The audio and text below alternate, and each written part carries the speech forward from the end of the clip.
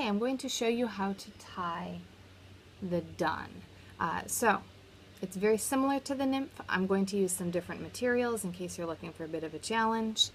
The nymph represents the mayfly when it's still in the water, and that would be living on the bottom of a stream bed.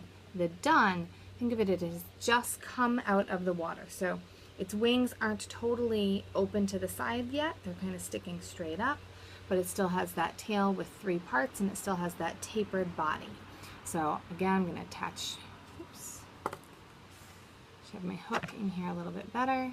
Again, make sure you debarbed your hook so you don't get it stuck in your hand. The hooks that I'm using here are a size 6 hook. That's probably a little large, but it's easier to work with and easier to show up on video. Okay.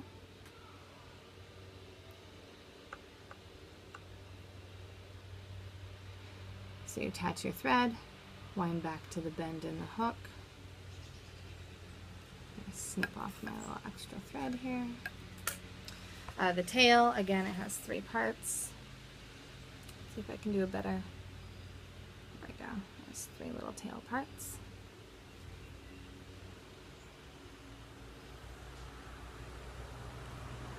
Attach that with a pinch wrap. Secure it. Now you can do the dental floss body, or you can use a material called dubbing. If you're using the material called dubbing, you stay at that bend in the hook. Okay, so I'm going to show you with some dubbing. So dubbing is this very fine fiber, and you hardly need any at all when you're working with it. Like this is how much I'm going to start with. And I'm going to attach it to my thread by just kind of spinning it between my fingers.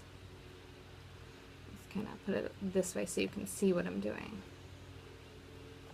Okay.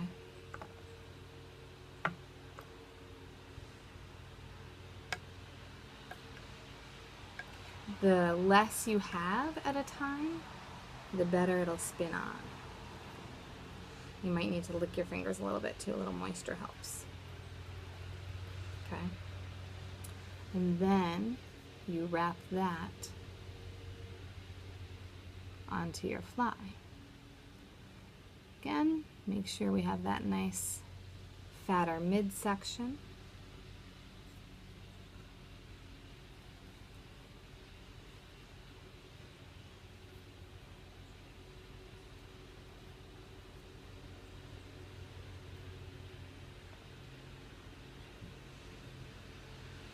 There's different colors of dubbing. I'm using a gray right now. You can also use dubbing made out of natural fibers such as rabbit hair.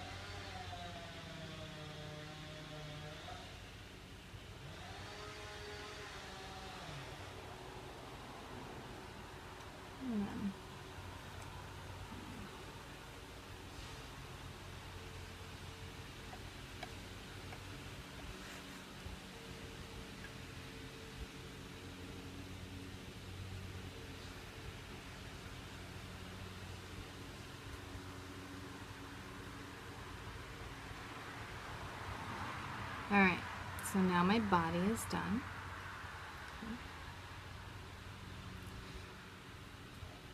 So now I need to add some wings I'm going to use part of a deer tail. I'm going to use some deer hair.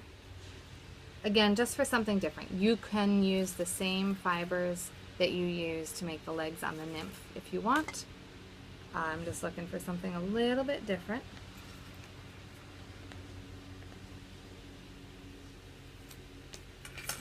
Now, deer hair is actually tapered by nature, so you have to do two things if you use deer hair. One is you need to brush it to get rid of some of the undercoat fibers.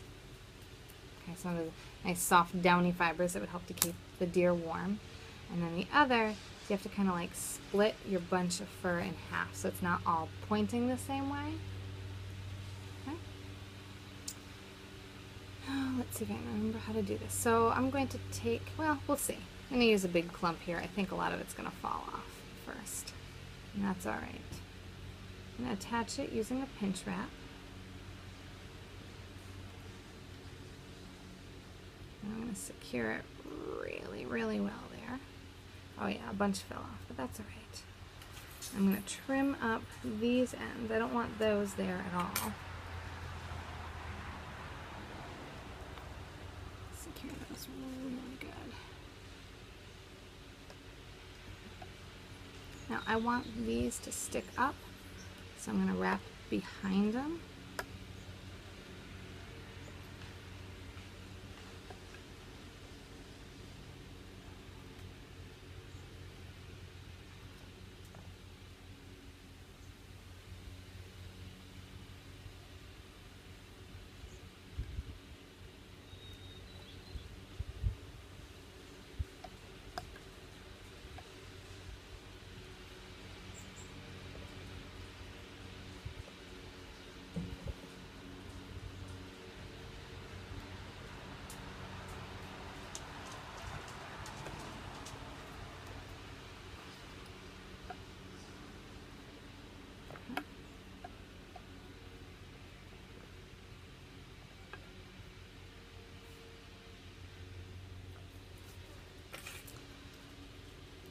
Trim them up a bit.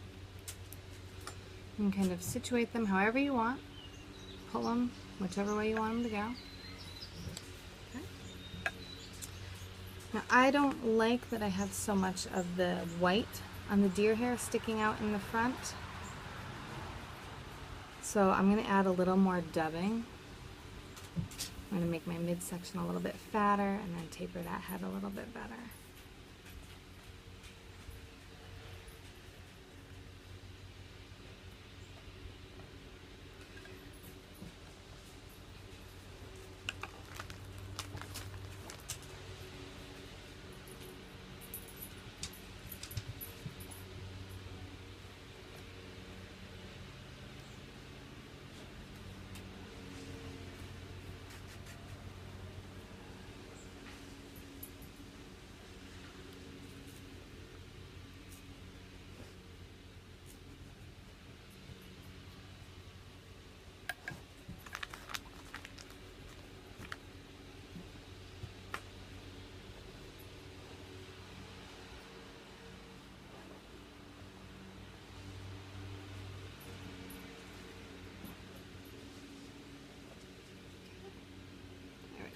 Covered right up over that.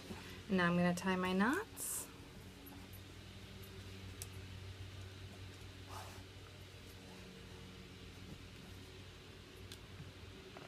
Make sure you leave yourself a little room at the end, right? Don't cover up the hole, or you won't be able to tie this onto your hook, onto your fishing line. Okay. So now I've tied my knots. So let's review the big things with the dun.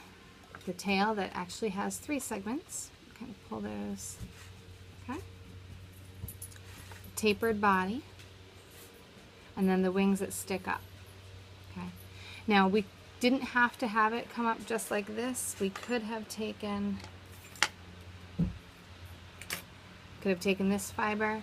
We could have attached it across, and then just, you know, wrapped to make it stand straight up. That would also be an option.